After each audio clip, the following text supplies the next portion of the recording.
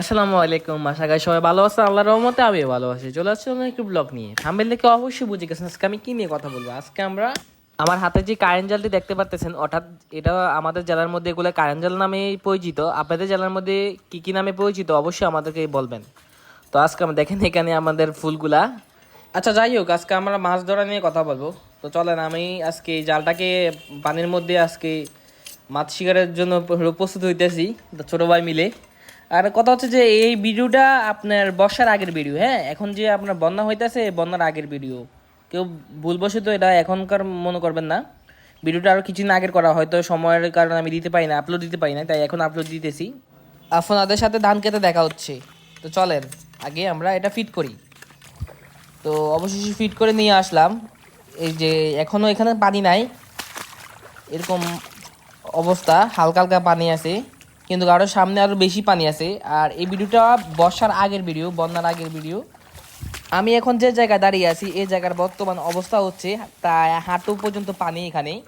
তো আমরা এখন জালটাকে পাতার ব্যবস্থা করতেছি, আর অনেকগুলো জাল আছে। তো আমি ক্লিক করে আপনাদেরকে মানে সবগুলা মাছ ধরা কিভাবে কি সবগুলো ভিডিওর মধ্যে দেখিয়ে দিতেছি। হ্যাঁ, তো ভিডিওটা কেউ স্কিপ করবেন না, টেনে টেনে দেখবেন না দয়া করে, তাহলে মজা পাবে না। জুতাগুলাকে রেখে দিচ্ছি, তারপর আমরা এই জালটাকে এখানে পেতে দেবো। হ্যাঁ, তো চলেন আগে আমরা জালটাকে রেডি করি। অবশেষে জালটা এখানে পেতে দিলাম। আর এখানে অনেকগুলো জাল আমরা পেতেছিলাম, বাট আপনাদেরকে দেখাতে পারি না, কারণ এগুলো অনেক সময় লাগবে, ভিডিও বড় হয়ে যাবে। তো শুধুমাত্র একটা জাল আপনাদেরকে দেখাইলাম, আরও 3-4টা জাল আছে আমার। তো চলেন কালকে সকালে আপনাদের সাথে দেখা হবে। চলে আসলাম সকালবেলায়। আর আবারও বলছি, এটা আমাদের যেই কুমিল্লার যে বন্যা হওয়ার আগের ভিডিও, ঠিক আছে? এই ভিডিওটা আমি আরও প্রায় 15 দিন আগে যে হালকা পাতলা বৃষ্টিগুলো হয়েছে ওইগুলোর মধ্যে জালটা পেতে দিচ্ছিলাম। তো দেখি কি হয় এখন। জানি মাছ হয়তো পড়বে না, 2-1টা ছাড়া আর বেশি মাছ পড়বে না, কারণ এখন তেমন একটা বৃষ্টি হচ্ছে না, আর এখন ওরকম পানিও নাই। তারপরও দেখি, মোহন হয়তো পুরাই কিছুই নাই, তারপর দেখতেছি যে কি হয় না হয়। তো চলেন আমরা একটু সামনে যাই, দেখি এখানে কি আছে নাকি। মনে হয়ে যাচ্ছে কপালে এই জালের মধ্যে কিছু নাই, তবে ব্যাপার না, আরও কয়েকটা জাল আছে, তার ওইগুলো চেক দেবো, ওইগুলোর মধ্যে কি হয় তাই আপনাদের সাথে শেয়ার করব। আগে এটা দেখে নেই কি হয়। এখানে তো দেখতেছি একটা মাছও নাই, হয়তো জাল এখানে দেওয়াটা ভুল হয়েছে, বা এখানে হয়তো মাছ মাছ এরকম যাতায়াত করে না, ঠিক আছে? ওই দেখেন একটা মাছ আটকে ছিল, দেখেন ওটা মোড়ে একদম ইয়ে হয়ে রয়েছে, ওটা হয়তো হয়তো কই মাছই হবে হয়তো। তারপর দেখি, হ্যাঁ এটা কই মাছই, দেখেন। চলে আসলাম এক কাকার কাছে, দেখি উনি কি মাছ পেয়েছে, আগে এটা চেক করি। এখন দেখি চাচা দেখতেছি জালটি করতেছে, দেখেন মাশাল্লাহ অনেকগুলো মাছ পেয়েছে। আর এই মাছগুলো দিকে ঘাবড়াবেন না, কারণ এখানে ওনার জাল কমপক্ষে 8 থেকে 7টা হবে, এরকম জাল হবে। এই জালের মধ্যে উনি এতগুলো মাছ পেয়েছে, আমার মাত্র 2 থেকে 3টা জাল।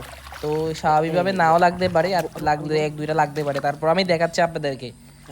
হ্যাঁ, উনিও মাছ ভালোই পেয়েছে, কই মাছগুলা দেখলেনি তো, তারপরও দেখা যাক কি হয়। তো চলেন আমাদের জালগুলো আমরা চেক দেই। চলে আসলাম আরেকটা জাল চেক দেওয়ার জন্য, দেখি এটার মধ্যে কি আছে। এখন যেহেতু পানি ততটাও নাই ক্ষেতের মধ্যে, সে কারণে হয়তো নাও লাগতে পারে, তারপরেও দেখাচ্ছি। আর আমার জালের সাইজটা হচ্ছে ছোটো হয়ে গেছে। হ্যাঁ, মাছ অনুযায়ী ছোটো হয়ে গেছে, এটা হচ্ছে 30 সাইজ। আমার জালের সাইজ দরকার ছিল আপনার 35। যাই হোক, ব্যাপার না। দেখেন একটা মাছ এখানে আছে, কই মাছের পোনা। কোনো বলা চলে না, এগুলা সাইজে হয় এরকম, দেশি কই মাছের সাইজ, মানে এখন যেই মানে সিজনটা চলতেছে সাইজটা এরকমই স্বাভাবিক। বাট এগুলোর মধ্যে এখনই পেটের মধ্যে ডিম আছে, আমি অনেকগুলো কই মাছ দেখছি পেটের মধ্যে এরকম সাইজ ডিম আছে, দেশি কই মাছ ধরেছিলাম আর কি, সমস্যা নাই। তো আর চলেন আগে আমরা নেট থেকে মাছটা ছুটাই, তারপর দেখি এখানে কয়েকটা আছে কি না, একটু যদি দেখতে হয়তো থাকতেও পারে, দেখি আছে কি না। দাঁড়ান, এখানে তো নাই দেখতেছি, কি একটা অবস্থা পুরাই। ওই যে একটা আছে মাশাল্লাহ, দেখেন আলহামদুলিল্লাহ একটা পেয়েছিলাম। আমি আপনাদেরকে দেখাই, আগে এটা জালটা রাখি, কারণ জালটা পরবর্তী যদি এটা ইয়ে হয়ে যায় তারপর আমি আর পাততে পারবো না জালটাকে এখানে। তো এখানে একটা মাছ আছে, দেখেন কই মাছ, দেখেন কি করতেছে, দেশি কই মাছ, একদম পিওর দেশি। হ্যাঁ, এগুলো সাইজই হয় এরকম, দেখেন তিনটা সাইজই আছে এরকম, দেখেন। হ্যাঁ, আর ওই সামনে আরেকটা আছে। তো আরেকটা জাল চেক দিতেছি, সাথে থাকুন। এখান দিয়ে যাওয়ার সময় আমার সাথে একটা কাহিনী ঘটে যায়। একটা কই মাছ আমার বাড়ির দিকে লাফ দিয়ে পানিতে পড়ে যায়, দেখুন।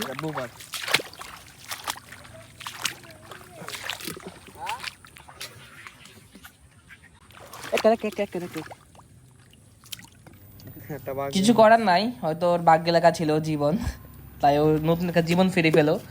আর ও বাকি মাছগুলো যাতে যেহেতু মানে লাভ না দিতে পারে, সেই কারণে আমি ওর উপরে দিয়ে অনেকগুলা আপনার ফেনা বলে এগুলাকে, এগুলো দিয়ে দিছি।